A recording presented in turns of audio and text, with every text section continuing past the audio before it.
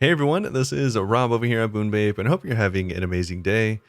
Today I'll be bringing you all an update video for old school RuneScape with some huge changes, including the reintroduction of Phosani's Nightmare, a ton of changes to the ranged meta, and lastly, some nice additions to Fashionscape from Poll 75. So as always, if you want to jump around or are only interested in certain parts of the video, it's going to be annotated with timestamps down in the description as well. I'm also going to be leaving a link to the update so you can read it more thoroughly, as I'm not going to be covering every single word of it. And lastly, if you enjoy this video or it helps you out at all, please make sure to leave a like. It really does help out the channel a ton. It helps it get noticed by new viewers. And also, if you want to see more content like this, make sure to subscribe. It really does help us out a lot. So thanks again, and with all that out of the way, let's jump into Phosani's Nightmare. So Phosani's Nightmare is going to be the new and improved solo version of the Nightmare boss. This is going to be just north of the Nightmare, and you're going to have completed the normal Nightmare at least once in order to get access to Phosani's Nightmare. It's supposed to be much more difficult, and it is not a safe death, so please be aware of that.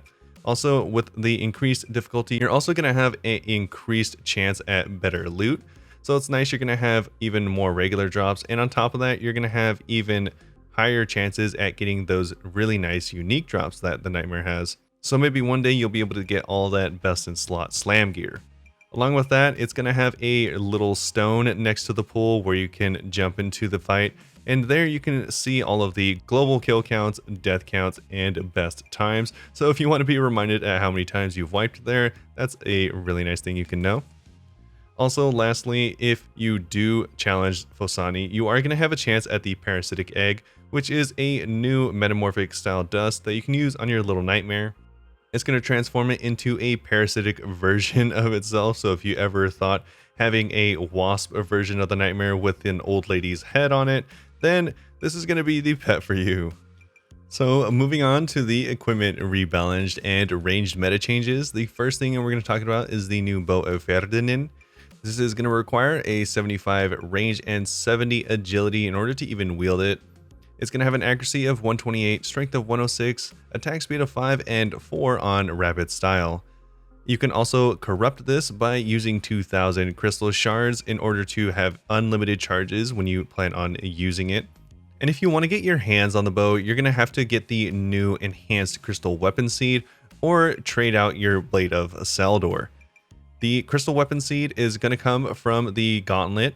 The chance to drop is a 1 in 2000 for the regular and a 1 in 400 for the corrupted gauntlet. After that, you can either sing it yourself or pay someone to change it into either the bow or the blade. The blade is still going to have a 1000 shard cost in order to corrupt it, and like I said earlier, 2000 for the bow. If you change your mind, it's really nice that you can change from one to the other. It's going to cost you 250 crystal shards to change from the blade to the bow and vice versa. Along with that, they made some really nice changes to crystal armor. They buffed all of the defenses across the board as well as the ranged offenses. It's also really nice now, the crystal armor bonuses are piecemeal, so you can wear just a few pieces and still get the bonuses. For example, you can wear the crystal body as well as the crystal legs and a slayer helm for around a 40% damage increase using the new bow of Ferdinand. I suspect this is going to be a huge item and used in a lot of the places that is going to take over where the blowpipe used to be strong at. And oh, how the mighty have fallen. Speaking of the toxic blowpipe, we have talked about it in the past in a few different ranged meta discussions. It has been the centerpiece, and now it actually has been nerfed. The accuracy and strength have been nerfed by half, and also they made it so that darts now no longer provide accuracy, but they have had their strength increase to compensate. So this item is going to be very good at lower defense enemies, and that's the entire goal of it. So don't suspect to use this at anywhere in high level enemies with high level defenses. And speaking of darts, they actually included a new dart, the Amethyst dart. This is going to be in between Rune and Dragon, and it's going to act very similarly to all of the other Amethyst ammunitions with an 89 crafting requirement as well as a 90 fletching requirement to make the darts. Also, if you are an Iron Man and you're worried about your Dragon Warhammer grind, don't worry, as they did buff all of the Shazian armor to make it so that it is much more comparable to how the blowpipe was pre-nerf. They added a plus 30 ranged bonus, so it actually puts it right up there. Although it is going to still be a slight nerf, so expect a few more seconds on all of your Lizardman Shaman kills.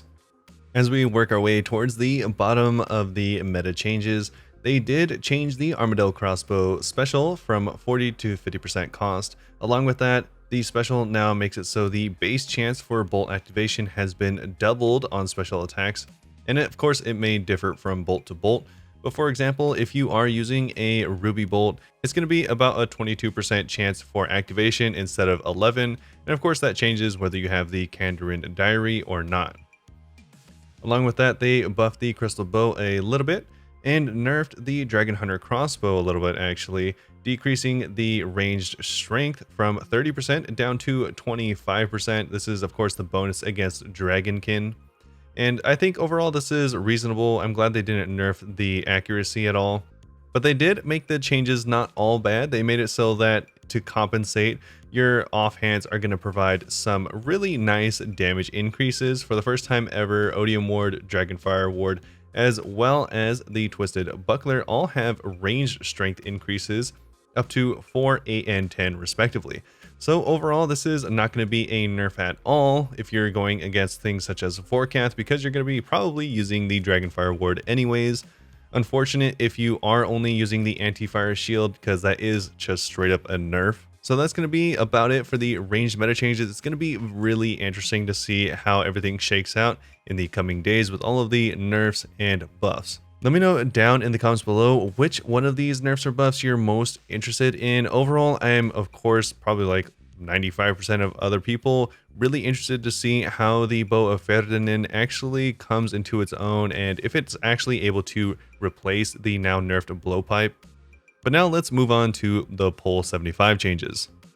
So maybe the coolest part of this entire patch is going to be the new banana wizard hat you can get. So the winning entry from the Design a Hat competition is now yours to wear. You can head over to Diango to claim the opulent banana wizard hat.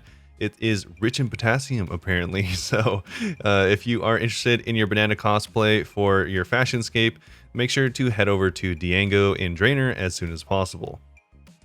Along with that, the Blade of Saldor also got a recolor. It now has up to 7 different colors, with red being the base. It now has the options for yellow, green, blue, violet, white, and black. All you need to do is go to Leanne and she'll sell you a representative crystal for each color, and this can be used on the corrupted version of the blade, and it's going to give you a new splash of color. So this is actually really nice. I think all these colors look really good. Personally, I'm a big fan of the white and black because it's all about monochrome for me.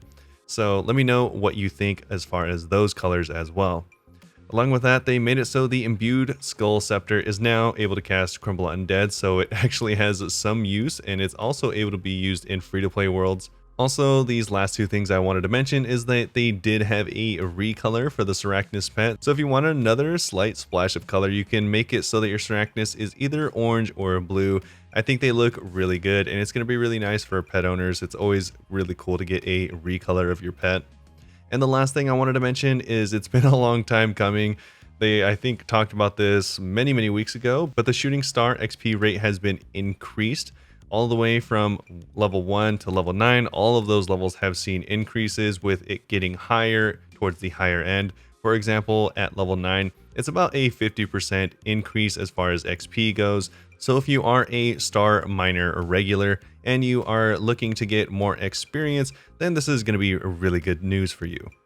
Of course, there's a lot of other changes in here that I didn't go over. Some changes to the Kingdom Divided items, such as a nerf to how many charges you get from Death Runes for the Ash Sanctifier, and some Demon Bane spells getting changed. But overall, I'm not going to be covering everything. I don't usually cover everything, but there's a lot to go over in this video, and I didn't want it to be too long. So like I said, of course, links down in the description if you do want to check out every single change that I am not going to be going over. But I really hope you all enjoyed this video. That's going to be about it for this. Overall, I'm really excited, and this is going to be a really amazing update. I think it's going to be really nice to try out Phosani's Nightmare as well as the new bows. So I need to get on Song of the Elves. It's the last quest I got to do, so I'm going to knock that out, and hopefully I'll be able to come back and let you know how cool the new bow is. So let me know what you think about all of these notes down in the comments below. It's always interesting to hear what everyone has to say. So I hope you enjoyed the video. Have a great day, and I'll see you all very soon.